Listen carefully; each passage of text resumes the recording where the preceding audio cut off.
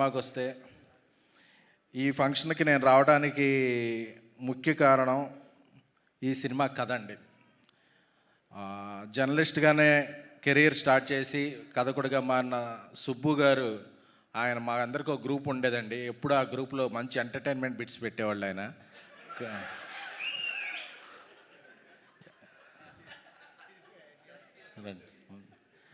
ఎందుకంటే కోవిడ్ టైంలో మేము బయటికి ఎక్స్పోజ్ అవ్వలేని టైంలో కూడా ఆయన ఎప్పుడెప్పుడు పొద్దున్నే కంటెంట్ పెడతారా అని చెప్పి మేము అందరం ఎదురు చూసేవాళ్ళం అనమాట. ఆయన తెలుగు, తమిళ, పాశ్చాత్య దేశాల అన్ని దేశాల ఎంటర్టైన్మెంట్ కంటెంట్ ఆయన దగ్గర ఒక కలెక్షన్ ఉండేది.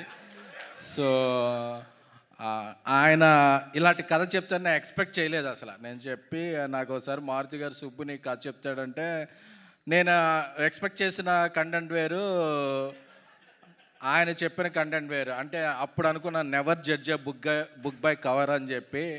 ఎందుకంటే ఆయన పుస్తకంలో అంత కంటెంట్ ఉందని నేను ఎక్స్పెక్ట్ చేయలేదు. సారీ సుబ్బు గారు.